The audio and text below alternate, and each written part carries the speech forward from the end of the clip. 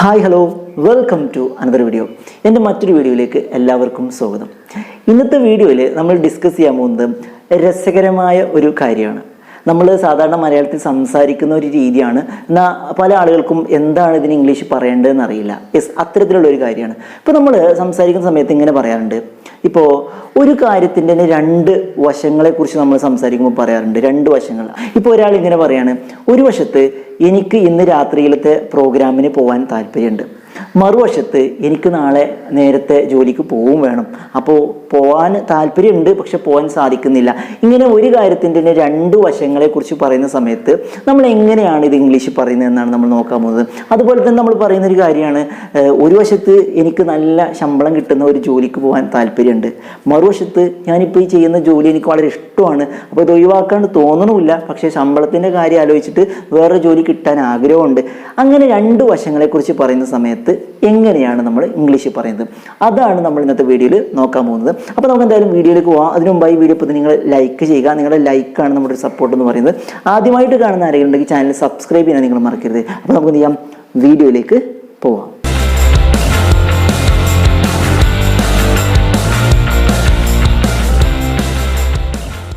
Okay, അപ്പോൾ ഇത്തരത്തിലുള്ള കാര്യങ്ങൾ പറയാൻ വേണ്ടിയിട്ട് നമ്മൾ ഇംഗ്ലീഷിൽ ഉപയോഗിക്കുന്ന രീതി എന്ന് പറയുന്നത് ഇങ്ങനെയാണ്: on the one hand and the other hand.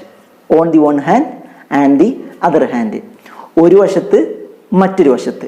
എങ്ങനെയാണ്? On the one hand and the other hand. ഒരു വശത്ത് മറ്റൊരു വശത്ത്. ഇത് രണ്ടും നമ്മൾ ഒരുമിച്ചല്ല പറയുന്നത്, നമ്മളൊരു സെൻറ്റൻസിൻ്റെ ഇടയിൽ നമ്മളിത് ചേർത്ത് കൊടുക്കുകയാണ് ചെയ്യുന്നത്. അപ്പോൾ നമ്മൾ ആ പറഞ്ഞ എക്സാമ്പിളൊക്കെ തന്നെ നോക്കാം. ഇത് ചേർത്തിട്ട് ഓൺ ദി വൺ ഹാൻഡ് എന്ന് ചേർത്തിട്ടും അതുപോലെ തന്നെ അതർ ഹാൻഡ് എന്ന് ചേർത്തിട്ടും നമുക്കൊന്ന് സംസാരിച്ച് നോക്കാം. അപ്പോൾ നമുക്ക് എന്ത് ചെയ്യാം, ആ പ്രശ്നം അങ്ങോട്ട് പരിഹരിക്കുക എന്നുള്ളതാണ്. ഓക്കെ, നമ്മൾ ആദ്യം പറഞ്ഞ ആ ഒരു വാചകം, ആ ഒരു രീതി എന്ന് പറയുന്നത് ഇങ്ങനെയായിരുന്നു: ഒരു വശത്ത് എനിക്ക് ഇന്ന് രാത്രിയിലത്തെ പ്രോഗ്രാമിന് അല്ലെങ്കിൽ ആ പരിപാടിക്ക് പോകാൻ താല്പര്യമുണ്ട്, മറുവശത്ത് എനിക്ക് നാളെ അതിരാവിലെ ജോലിക്ക് പോവും വേണം, അപ്പോൾ എന്താ ഇപ്പോൾ ചെയ്യുക എന്നറിയുന്നില്ല. അപ്പോൾ ഈ രീതിയിലാണ് നമ്മൾ സംസാരിക്കുന്നതെങ്കിൽ നമുക്ക് നോക്കാം എങ്ങനെയാണ് നമ്മളിത് ഇംഗ്ലീഷ് പറയുന്നത്. ഈ കാര്യം നമ്മൾ ഇങ്ങനെയാണ് പറയുന്നത്: on the one hand, on the one hand, I would like to go to the party at night. I would like to go to the party at night. On the one hand, I would like to go to the party at night. But on the other hand, I need to be at work so early. On the other hand, I need to be at work so early. അപ്പോൾ എന്താണ് അർത്ഥം? On the one hand, ഒരു വശത്ത്. On the one hand, ഒരു വശത്ത്. I would like to go to the party at night. ഒരു വശത്ത് I would like to go, ഞാൻ പോകാൻ ആഗ്രഹിക്കുന്നുണ്ട്, to the party at night, രാത്രിയിലെ പാർട്ടിയിലേക്ക്. But on the other hand, മറ്റൊരു വശത്ത് എന്താണ്? I need to be at work so early, എനിക്ക് നേരത്തെ വർക്കിന് എത്തേണ്ടതുണ്ട്, വർക്കിന് പോവേണ്ടതുണ്ട്, വർക്ക് ചെയ്യേണ്ടതുണ്ട്. I need to be at work so early, എനിക്ക് നേരത്തെ വർക്കിന് എത്തേണ്ടതുണ്ട് എന്നുള്ളതാണ്. അപ്പോൾ ഇങ്ങനെയാണ് നമ്മൾ one hand on the other hand നമ്മൾ പറയുന്നത്. ഓക്കെ, ഇനി നമുക്ക് മറ്റൊരു എക്സാമ്പിളോട് നോക്കാം. ഇപ്പോൾ ഒരാൾ ഇങ്ങനെ പറയാണ്, ഒരു വശത്ത് ഞാൻ അവനെ വിളിക്കാൻ ശ്രമിച്ചുകൊണ്ടേയിരിക്കുന്നു, കോൾ ചെയ്തുകൊണ്ടേയിരിക്കുന്നു, മറുവശത്ത് അവനെൻ്റെ കോൾ കാണുന്ന സമയത്ത് കട്ട് ചെയ്തുകൊണ്ടേയിരിക്കുന്നു, റിജക്റ്റ് ചെയ്തുകൊണ്ടേയിരിക്കുന്നു, അല്ലേ? ഒരു വശത്ത് ഞാൻ അവനെ വിളിച്ചുകൊണ്ടേയിരിക്കുന്നു, മറുവശത്ത് അവൻ എൻ്റെ കോള് കട്ട് ചെയ്തുകൊണ്ടേയിരിക്കുന്നു. ഇങ്ങനെ പറയുകയാണെങ്കിലും നമ്മൾ on the one hand and the other hand വെച്ചിട്ടാണ് നമ്മൾ പറയുന്നത്. ഇങ്ങനെയാണ് പറയുന്നത്: on the one hand I have been trying to call him. On the one hand I have been trying to call him. ഒരു വശത്ത് ഞാൻ അവനെ വിളിക്കാൻ ശ്രമിച്ചുകൊണ്ടേയിരിക്കുന്നു, പക്ഷേ ഓൺ ദി അതർ ഹാൻഡ്, മറ്റൊരു വശത്ത്, he is rejecting my call. He is rejecting my call, അല്ലെങ്കിൽ he is avoiding my call. On the other hand, മറ്റൊരു വശത്ത്, he is avoiding my call അല്ലെങ്കിൽ he is rejecting my call. ഇങ്ങനെയാണിത് പറയുന്നത്.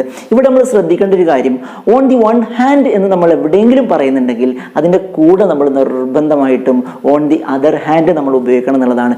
On the one hand എന്നുള്ളത് കൊണ്ട് മാത്രം ഒരു സെൻറ്റൻസ് കംപ്ലീറ്റ് ആവില്ല. ഒരു വശത്ത് എന്ന് പറഞ്ഞിട്ടൊരു കാര്യം പറഞ്ഞു, ഒരു വശത്ത് ഞാൻ ഇങ്ങനെ ആലോചിച്ചുകൊണ്ടേയിരിക്കുന്നു എന്ന് പറഞ്ഞിട്ട് നിൽക്കാൻ പറ്റില്ല. ഓൺ ദി വൺ ഹാൻഡ് എന്ന് നമ്മൾ പറഞ്ഞിട്ടുണ്ടെങ്കിൽ അതിൻ്റെ കൂടെ നമ്മൾ ഓൺ ദി അതർ ഹാൻഡ് നമ്മൾ ചേർക്കണം എന്നുള്ളതാണ്. ഓക്കെ, ഇനി മറ്റൊരു എക്സാമ്പിളോട് നമുക്ക് നോക്കാം. ഇപ്പോൾ ഒരാൾ ഇങ്ങനെ പറയാണ്, ഒരു വശത്ത് എനിക്ക് കൂടുതൽ ശമ്പളമുള്ള ഒരു ജോലി കിട്ടാൻ ആഗ്രഹമുണ്ട്, പക്ഷേ മറുവശത്ത് ഞാനിപ്പോൾ ചെയ്യുന്ന ജോലി എനിക്ക് ഭയങ്കര ഇഷ്ടമാണ്, ഈ ജോലി എനിക്ക് ഭയങ്കര സമാധാനവും ഒരു സന്തോഷമൊക്കെ നൽകുന്നുണ്ട്, പക്ഷേ ശമ്പളം വളരെ കുറവാണ്. ഒരു വശത്ത് എനിക്ക് നല്ല ശമ്പളമുള്ള ഒരു ജോലി കിട്ടാൻ ആഗ്രഹമുണ്ട്, മറുവശത്ത് എനിക്കിപ്പോൾ ചെയ്യുന്ന ഈ ജോലി ഇഷ്ടമാണ്, എന്താ ഇപ്പോൾ ചെയ്യുക എന്നറിയില്ല. ഓക്കെ, അപ്പോൾ ഈ രീതിയിൽ നമ്മൾ സംസാരിക്കുകയാണെങ്കിൽ ഇങ്ങനെ തന്നെയാണ്. On the one hand I would like to get a job that pay more money. On the one hand, ഒരു വശത്ത്, I would like to get, എനിക്ക് കിട്ടാൻ ആഗ്രഹമുണ്ട്, a job that pay more money, കൂടുതൽ ശമ്പളം നൽകുന്ന ഒരു ജോബ് കിട്ടാൻ എനിക്ക് ഒരു വശത്ത് ആഗ്രഹമുണ്ട്. On the other hand I enjoy the work I am doing at the moment.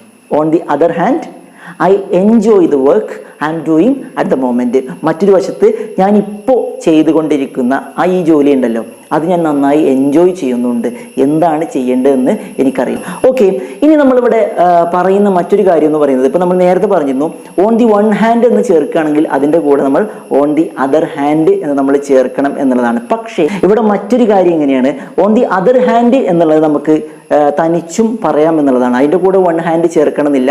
On the one hand നമ്മൾ ചേർക്കുമ്പോൾ ഓൺ ദി അതർ ഹാൻഡ് ചേർക്കണം. പക്ഷേ ഓൺ ദി അതർ ഹാൻഡ് മാത്രം വെച്ചിട്ട് നമുക്ക് ഇത്തരത്തിലുള്ള കാര്യങ്ങൾ പറയാൻ പറ്റുന്നതാണ്. ഒന്ന് രണ്ട് എക്സാമ്പിൾ നമുക്ക് ഇതിനെക്കുറിച്ച് നോക്കാം. ഇപ്പോൾ ഒരാൾ ഇങ്ങനെ പറയാണ്, എനിക്ക് പാർട്ടിക്ക് പോകണമെന്നുണ്ട്, പക്ഷെ മറ്റൊരു വശത്ത് എനിക്ക് പഠിക്കുകയും വേണം, അല്ലേ? എനിക്ക് പാർട്ടിക്ക് പോകണമെന്നുണ്ട്, മറ്റൊരു വശത്ത് എനിക്ക് പഠിക്കുകയും വേണം. അപ്പോൾ ഇതെങ്ങനെയാണ് പറയുന്നത്? I want to go to the party. On the other hand I ought to be studying. I want to go to the party, എനിക്ക് പാർട്ടിക്ക് പോവേണ്ടതുണ്ട്. But on the other hand, പക്ഷെ മറ്റൊരു വശത്ത് I ought to be studying, എനിക്ക് പഠിക്കേണ്ടതുണ്ട്, ഞാനിപ്പോൾ പഠിക്കാനിരിക്കേണ്ട സമയമാണ്, എനിക്ക് പഠിക്കേണ്ടതുണ്ട്. അപ്പോൾ പഠിക്കുകയും വേണം, പാർട്ടിക്ക് പോവുകയും വേണം, എന്താ ഇപ്പോൾ ചെയ്യാമെന്നറിയില്ല. അപ്പോൾ എൻ്റെ ഒരു ആഗ്രഹം രണ്ടും കൂടെ നടക്കില്ലല്ലോ. അപ്പോൾ I want to go to the party but on the other hand I ought to be studying. Okay, ഇനി മറ്റു എക്സാമ്പിൾ ഇങ്ങനെയാണ്. ഇപ്പോൾ ഒരാൾ സംസാരിച്ചുകൊണ്ടിരിക്കുന്നതിൻ്റെ ഇടയിൽ പറയാണ്, മറ്റൊരു വശത്ത് പുതിയൊരു കാറ് വാങ്ങിക്കുക എന്നുള്ളത് അത്ര നല്ലൊരു ഐഡിയ ആയിരുന്നില്ല, ഇപ്പോഴത്തെ കണ്ടീഷൻ സാമ്പത്തികമായിട്ട് വളരെ പ്രയാസം അനുഭവിച്ചുകൊണ്ടിരിക്കുന്ന ഒരു സമയമാണ്. അപ്പോൾ മറ്റൊരു വശത്ത് പുതിയൊരു കാറ് വാങ്ങിക്കുക എന്നുള്ളത് അത്ര നല്ലൊരു ഐഡിയ ആയിരുന്നില്ല. അപ്പോൾ എങ്ങനെ ഇത് പറയാം? On the other hand buying A new car was in such A good idea. എങ്ങനെയാണ് പറയുന്നത്? On the other hand buying A new car was in such A good idea. മറ്റൊരു വശത്ത് പുതിയൊരു കാറ് വാങ്ങിക്കുക എന്നുള്ളത് അത്ര നല്ല ഐഡിയ ഒന്നും ആയിരുന്നില്ല. ഓക്കെ, അപ്പോൾ ഇത്തരത്തിലാണ് on the one hand and the other hand എന്ന് പറയുന്നത്. നമ്മൾ ഒരു കാര്യത്തിൻ്റെ രണ്ട് വശങ്ങളെക്കുറിച്ച് പറയാൻ വേണ്ടിയിട്ടാണ് ഇത്തരത്തിൽ ഉപയോഗിക്കുന്നത്. പല ആളുകൾക്കും ഈ ഒരു സംശയം ഉണ്ടാകും. എന്തായാലും ഈ വീഡിയോയിലൂടെ ആ സംശയം മാറിയിട്ടുണ്ടാകും എന്നാണ് ഞാൻ പ്രതീക്ഷിക്കുന്നത്. എന്തായാലും ഈ വീഡിയോ നിങ്ങൾക്ക് ഇഷ്ടപ്പെട്ടെങ്കിൽ തീർച്ചയായും നിങ്ങൾ ലൈക്ക് ചെയ്യുക.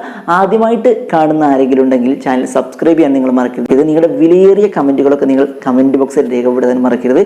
മറ്റൊരു യൂസ്ഫുൾ ആയ വീഡിയോയുമായി നമുക്ക് വീണ്ടും